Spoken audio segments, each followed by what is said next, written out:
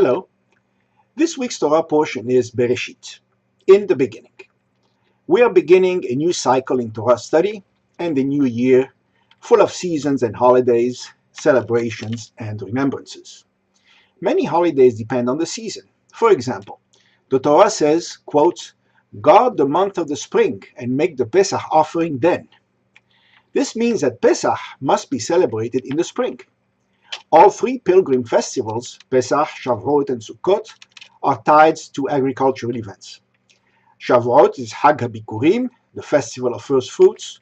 Sukkot is Hag HaAsif, the harvest festival.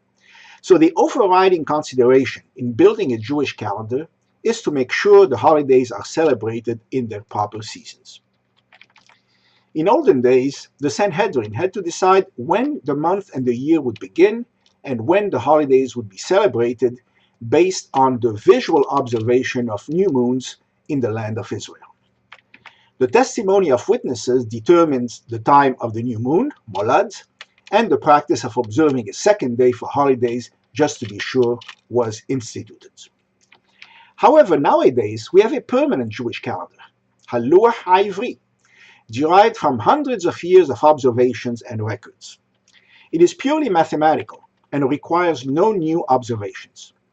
It was put in final form by Hillel II in the year 358 CE. It was the last gift of the last Sanhedrin. Indeed, the Romans forced the Sanhedrin to disband at that time, and it was never reconvened. The Jewish calendar is so accurate, it never had to be adjusted, unlike other calendars. In the West, first there was the Julian calendar, a solar calendar, which set the year at 365 days and added one day to the year every 4 years. In time, it had to be adjusted. 11 days were skipped in 1752, and the Gregorian calendar was instituted. It had the same rules as the Julian, but did not add a day when the year was divisible by 100, but not by 400. It is still in use today. The Jewish calendar is lunisolar, that is, it uses both sun and moon. The Torah places some constraints. Certain festivals must take place during certain seasons, or must not fall on certain days of the week.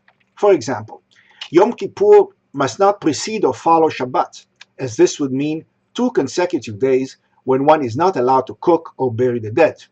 And Hoshana Rabbah must not be on Shabbat, so as not to lose certain ceremonies. Here's an outline on how it operates.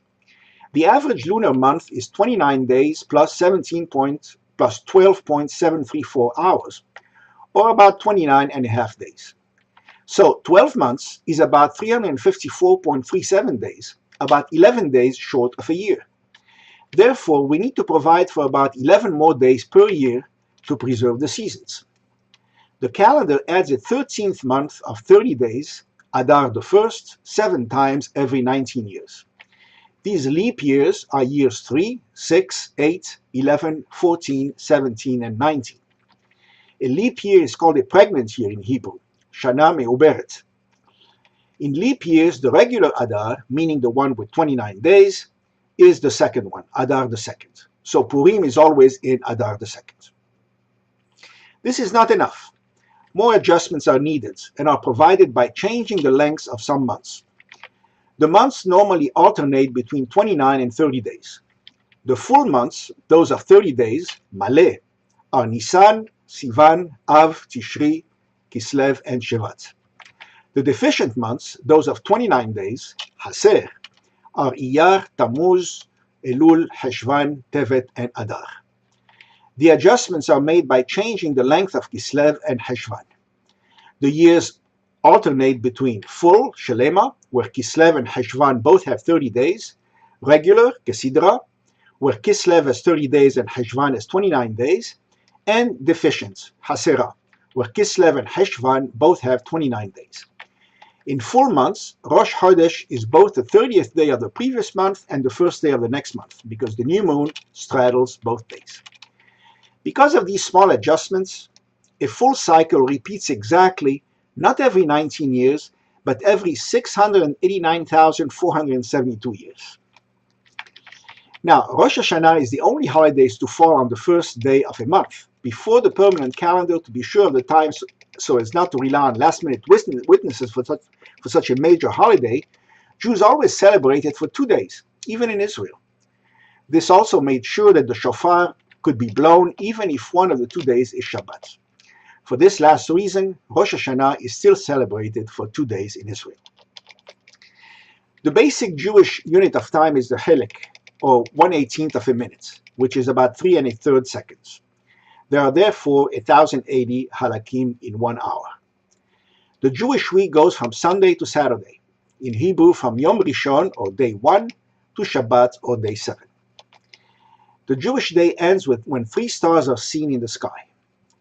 The first day of the Jewish calendar was 1 Tishri 1, corresponding to Monday, 7 October 3761 BCE, the traditional day of the creation of man. The creation of the world was 6 days earlier, on 25 Elul 1. Note that Jews designate secular years by BCE, before the Common Era, and CE, not BC and AD. Is the Jewish calendar the final word for calculating when the Jewish holidays will fall? Maybe, and maybe not. We now know that variations in the tides cause the Earth's rotation to slow down, making the average lunar month 0.6 seconds longer than assumed by Hillel II. This was too small a change to be noticed by the ancients. If this slowing persists, then 10,000 years from now, Pesach will drift dangerously close to summertime. A correction to the calendar will be needed. But in the meantime, the Jewish calendar remains an unparalleled marvel of accuracy for the dark times in which it was developed. Shabbat Shalom and Leshana Tova.